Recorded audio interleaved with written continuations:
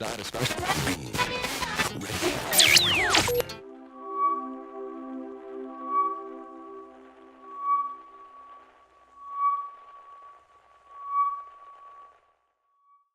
ahead and introduce yourself and let us know what you do with WordPress. So hi, I'm Mark Jaquith. I'm one of the lead developers for the WordPress core, and I've been a WordPress developer for 7 years now.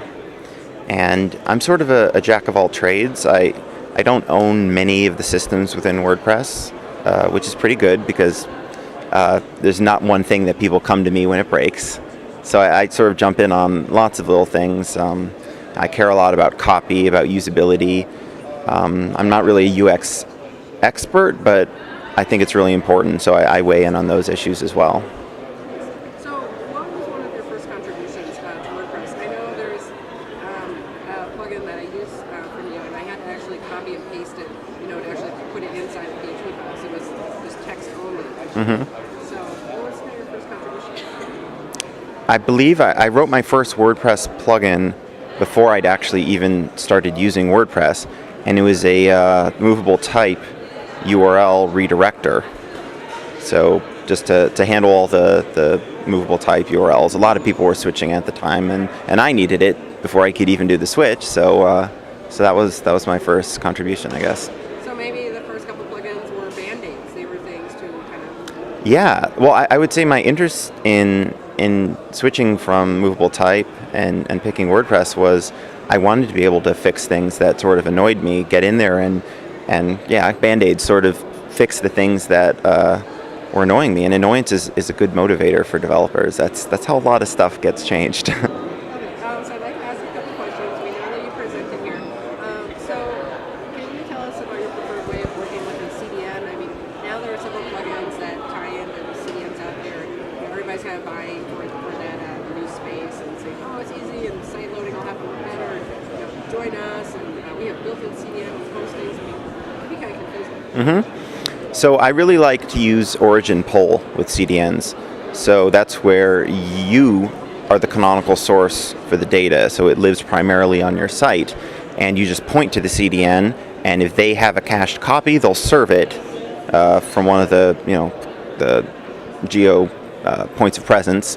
And if they don't have it, they get it from you because you're the source, and then they cache it for a certain amount of time that you can configure in headers, etc. I like that because it's super simple to set up. You just repoint the URLs and set up the DNS CNAME, and you're good to go. So there's no ramp up period, and you're not locked down to a provider. You could literally switch to another CDN service in a second. Okay, because the opposite, or to contrast that, you talk about ramping up. Is that kind of where the rebuilding of the cache happens, where the files are doing copying over to a CDN otherwise? Yeah, like if you're using Amazon S3, where you're sort of pushing the files to them, there's that ramp up period where you have to get all the files to them. And if you're doing lots of images, or if you're doing video, it could be a long time. And then there's a cost to switching there. So you sort of get a lock-in effect, and I don't like lock-in effects. They're not good for consumers. So in your talk, you said that some things you just can't run on the fly. So how can a developer prepare themselves for a large-scale site service? I practice on your personal site. So my personal site is sort of ridiculous. It's all, the server's managed with Puppet, and I do everything's in Git repos, and I do deploys with Capistrano, and it's for a personal site that I actually don't update. I don't post on that often. It's overkill, but it's a great training ground for me where I can practice. I can break stuff. I don't worry so much because it's just a personal site. But I can really learn those techniques and then take those to my clients and be very confident that I'm proposing a good solution and that I'm not wasting time doing like on-the-job training. So I'm actually giving them good value there. So a developer should then sort of allocate their time throughout the week or the month, not only for clients but also for learning. Yeah, pardon me. I would say that I probably spend 40 or 50% of my time on ongoing training, whether that's just consuming, like things like a list apart and sort of resources like that, and checking out other projects, seeing how people how they're coding, learning new languages, learning new applications like Nginx and Puppet. I spend a lot of time doing that. You really need to do that to keep your edge. So I mean, it cuts into your hours, but you'll get good, and then you can charge more. And what tips would you give to cowboy coders out there? We were all cowboy coders once, and you can get past it, and life will be better once you do. It's just very nice knowing that you have a process for deploys, and it always works. And if there's a mistake, you're not going to scramble. You're not trying to re-upload the old files via FTP, or just you're not like scrambling in Vim to go undo the typo you made. It just makes you a lot calmer, more at ease, more confident as a coder. And even if you're doing stuff on your own, like you can use Git repos that are just local. So even if you're not sharing with anyone else, if I'm just hacking on a small little file locally, I'll just git init in that directory, and then bam, I have version control.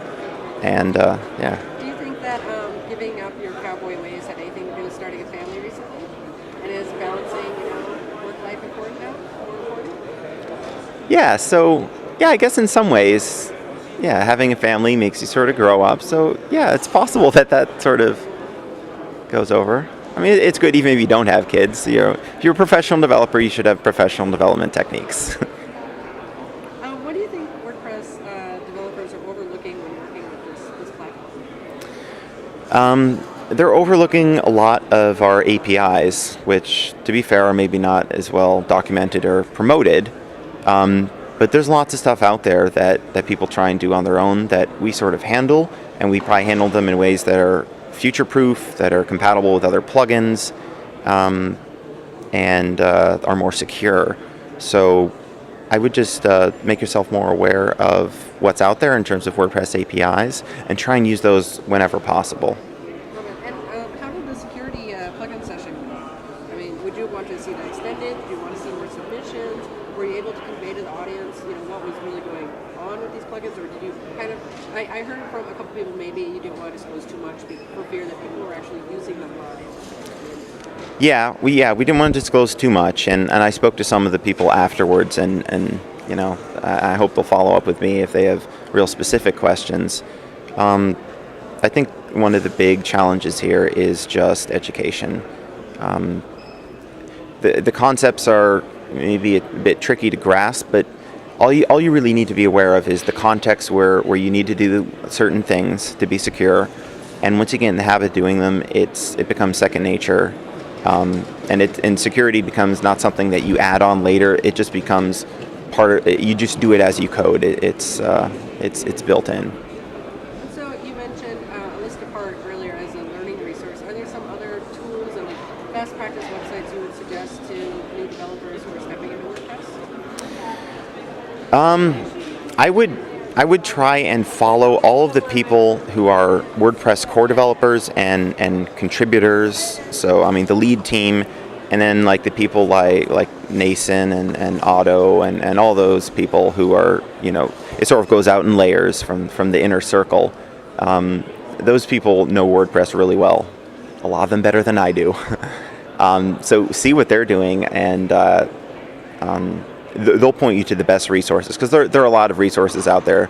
I can't say that there's like one resource that has all the best info, but if you connect with these people who really know WordPress, they'll share all sorts of information. They can curate the WordPress universe for you. And how would you say would be the best way? I mean, I hear there's IRC channels, there's forums, there's so how should new developers reach out to these people really? So they can participate on Track, which is our bug tracking system. They can participate in the IRC chats, although they should probably wait until they're a little bit more established in other ways. And it can be hard to get started, so you might want to just lurk first. You can learn a lot by lurking. That would be a great tagline. You can. So what I recommend, track is high volume. I can't follow every comment that goes on there, but what you can do is maybe look at some of the new tickets that are being created and find one that really interests you, and then you can subscribe to individual tickets. So subscribe to that and follow each comment and sort of watch the evolution of a bug or a feature development over the days, weeks, months, years, sometimes. And just see the process, and you'll start to get a feel with it, and then eventually you'll see something and be like, wow, I can fix that. And then it's your moment to shine. You jump in, you gain confidence, your name gets out there, and you just sort of go from there. Start small.